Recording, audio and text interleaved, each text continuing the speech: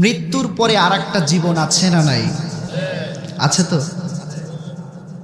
আহারে, দুনিয়ার 20 বছর, 30 বছর, 50 বছর, 60 বছর, সর্বোচ্চ এখন 70 বছর, এর বেশি। এখন গড় আয়ু হিসাব করেছে 60 বছরের উপরে মানুষ, সর্বোচ্চ 70 বছর। বয়োজ্যেষ্ঠ বৃদ্ধ ব্যক্তি এখন গ্রামের মধ্যে তালাশ করলে খুঁজে পাওয়া যায়। তাহলে 20 বছর, 30 বছর, 50 বছর, বড় জোর 60 বছরের জিন্দেগি নিয়ে কিসের বাহাদুরি করেন মিয়া? সকালবেলা কুদালটা ঘাড়ের মধ্যে করে নিয়া জমির মধ্যে গিয়ে মানুষের আল ঠেলেন, জমি দখল করেন, জায়গা দখল করেন, টেন্ডারবাজি করেন, চাঁদাবাজি করেন, মরে দেখেন ফেরেশতা রেডি আছে। ঠিক কিনা বলেন? ঠিক কিনা বলেন? এই জীবন শেষ নয়, এই জীবনের পরে আর একটা জীবন আছে। ওই জীবনে যেতে হবে। ওই জীবনের মধ্যে গিয়া একজনের সামনে দাঁড়াতে হবে, জীবনের সব জবাবদিহিতা করা লাগবে। যার সামনে গিয়ে আমরা দাঁড়াবো, গলার আওয়াজ উঁচু করে দিয়ে বলেন তিনি কি? আল্লাহর সামনে দাঁড়াতে হবে, এক এক করে সব জবাব দিতে হবে। আল্লাহর হাবিব সাল্লাল্লাহু আলাইহি ওয়াসাল্লাম বলেছেন, তিরমিজি শরীফের মধ্যে হাদিস বর্ণিত হয়েছে। হাদিস বর্ণনাকারী সাহাবী আব্দুল্লাহ ইবনে মাসউদ রাদিয়াল্লাহু তাআলা আনহু, আল্লাহর হাবিব বলেন, লা তাজালু কদামা বানি আদম ইয়াউমাল কিয়ামাহ হাত্তা ইউসআলা আন খামসিন আন উমরিহি ফিমা আফনা ওয়া আন শাবাবিহি ফিমা আবলা ওয়া আন মালিহি মিন আইনা ইকতাসাবাহু ওয়া ফিমা আনফাকাহু ওয়া মাযা আমিলা ফিমা আলিমা। আল্লাহর হাবিব বলেছেন, এই জীবন শেষ নয়, এই জীবনের পরে আর একটা জীবন আছে। ওই জীবনের মধ্যে গিয়া কিয়ামতের ময়দানে আল্লাহ পাক রব্বুল আলামিন প্রত্যেকটা বানি আদম সন্তানকে এক এক করে ডেকে নিবেন, একজন একজন করে ডেকে নিবেন। দিলের কানগুলা লাগিয়ে শোনেন, কিয়ামতের ময়দানে প্রত্যেকটা বানি আদম সন্তানকে আল্লাহ পাক রব্বুল আলামিন একজন একজন করে সামনে ডেকে নিবেন আর প্রশ্ন করবেন। 5টি প্রশ্ন। কয়টি? উত্তর দিয়ে বলেন কয়টি? 5টি প্রশ্ন করবেন। একটা প্রশ্নের উত্তর যদি না দিতে পারেন, প্রশ্নের জবাব না দেওয়া পর্যন্ত আল্লাহ পাক রব্বুল আলামিন একজন ব্যক্তিকেও সামনে থেকে এক পাও সামনেও যেতে দিবে না, পিছনেও যেতে দিবে না, জায়গায় দাঁড়া থাকা লাগবে। 1 নাম্বার প্রশ্ন জিজ্ঞাসা করবেন। আল্লাহর হাবিব বলেন, ময়দানে মাহশারে আল্লাহ পাক রব্বুল আলামিন প্রত্যেকটা বানি আদম সন্তানকে এক এক করে ডেকে নিয়ে 5টি প্রশ্ন জিজ্ঞাসা করবেন। প্রথম নাম্বার প্রশ্ন হলো, আন উমরিহি ফিমা আফনা। গোলাম রে, তোমাকে যে একটি আমি হায়াতের জিন্দেগি দিয়েছিলাম, এই হায়াতের জিন্দেগিটা তুমি কিভাবে অতিবাহিত করেছো? জবাব দাও। ও গোলাম, হায়াতের জিন্দেগি পেয়েছিলাম, হতে পারে 20 বছর, হতে পারে 40 বছর, হতে পারে 50 বছর, আর হতে পারে 60 বছর। গোলাম রে, হায়াতের জিন্দেগি তুমি কিভাবে অতিবাহিত করেছো? জবাব দাও। কিভাবে আপনি জবাব দিবেন? সাধারণ প্রশ্নগুলো আজকে ফজরের পর থেকে নিয়ে আজকে এ পর্যন্ত রাত বাজে এখন প্রায় 9:30টার কাছাকাছি। এই আজকের দিনের হিসাব যদি আপনি আপনাদের কাছে চাই, দিতে পারবেন?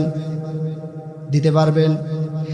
একদিনের হিসাব আপনি দিতে নাও পারলে একটু বালিশের সামনে বাড়ি গিয়ে মাথা লাগিয়ে চিন্তা করবেন, সারাটা দিন আমি কতটা ভালো কাজ করেছি, কয় ওয়াক্ত নামাজ কাজা করেছি, কাকে কয়টা গালি দিয়েছি, কার হক নষ্ট করেছি, কার উপর জুলুম করেছি, কার উপরে নির্যাতন করেছি, সিগারেট কয়টা ধরিয়েছি, বিড়ি কয়টা ধরিয়েছি, মদ গাঁজা জুয়ার আড্ডায় কয়বার গিয়ে বসেছি, সকল প্রকার গোনার হিসাব যদি আপনি মিলান তাহলে আপনি নিজেই বুঝে যাবেন আপনি কি জান্নাতের পথের মধ্যে হাঁটছেন নাকি জাহান্নামের পথের মধ্যে যাচ্ছেন, হিসাব পেয়ে যাবেন।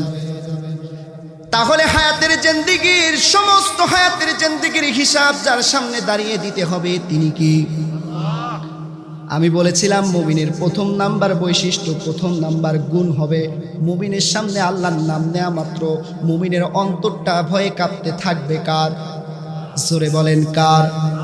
আল্লাহর ভয়ে অন্তরটা কাঁপতে থাকবে।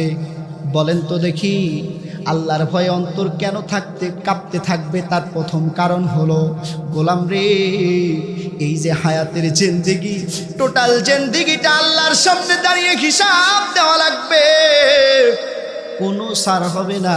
হিসাব না দেওয়া পর্যন্ত এক পা সামনে যেতে দিবে না, পিছনেও যেতে যাবে না, জায়গার মধ্যে দাঁড়িয়ে থাকা লাগবে। 2 নাম্বার প্রশ্ন হলো, গোলামের আরে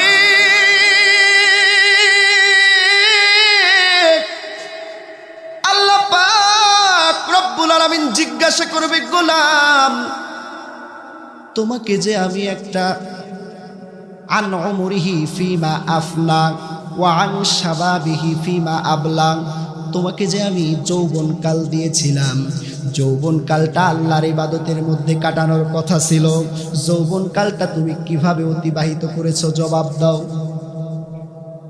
যৌবনকাল কিভাবে অতিবাহিত করেছো জবাব দাও।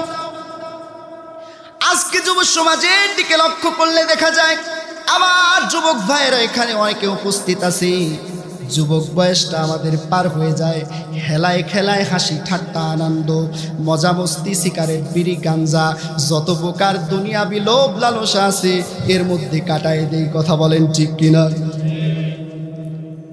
যুগ যত আধুনিক হচ্ছে, আধুনিকতার ছোঁয়া যত আমরা পাচ্ছি, যুব সমাজ ধ্বংসের দ্বার প্রান্তে গিয়ে দাঁড়াচ্ছে, ঠিক না? যুগ যত আধুনিক হচ্ছে যুব সমাজ গিয়ে ধ্বংসের দ্বার প্রান্তে দাঁড়াচ্ছে। তার কারণ হলো, আগে আমরা দেখতাম খেলার মাঠের মধ্যে বিকাল হইলেই হই হই হই হই রই রই আওয়াজ পাওয়া যেত, ঠিক না? বিকাল হলে সমস্ত ছেলেরা যুবকেরা খেলার মধ্যে মজে থাকতো, শরীর চর্চা করত, খেলাধুলা করত। আর এখনের যুবকরা মাঠের মধ্যে খেলাধুলা করে না, ঘরের চিপায় চাপায়, জঙ্গলে জঙ্গলে, রাস্তার কোনায় কোনায়, দোকানপাটে 4-5 জন যুবক মিলে ফোনের মধ্যে আধুনিকতার ছোঁয়াপে ডিভাইস একটা হাতের মধ্যে এসে ওই যে গোল হয়ে বসে রিবাব দে আছে না নাই? যুবক ভাইরা মনে করছেন হুজুর কিছু জানে না, আমিও যুবক। ডিভাইস একটা হাতের মধ্যে এসেছে, সারাদিন খেলার মধ্যে ব্যস্ত। মা কিছু বললে মার উপরে নির্যাতন আছে না নাই? বাবা কিছু বললে বাবার উপরে নির্যাতন। এমন হাজারো নজির আছে, ফ্রি ফায়ার খেলার জন্য বাবার কাছে ফোন চাইছে, ফোন পায় নাই, আত্মহত্যা করেছে, আত্মহত্যা করে দুনিয়া থেকে বিদায় নিয়েছে। এমন যুবক আছে না নাই? শুধু তাই নয়, সারাদিন ফ্রি ফায়ারের পাগল হয়ে ফ্রি ফায়ার খেলতে খেলতে মাথার মগজ সব শেষ, ম্যাগনেট আউট হয়ে গিয়েছে। কি বলে সে নিজেই জানে না। ঘুমের মধ্যেও ডিডি আবার রিবাব দে মার এরকম শব্দ করে না করে? ঘুমের মধ্যেও করে, খাইতে গেলেও করে, পড়তে গেলেও করে। পড়া তো নাই, কি পড়বে?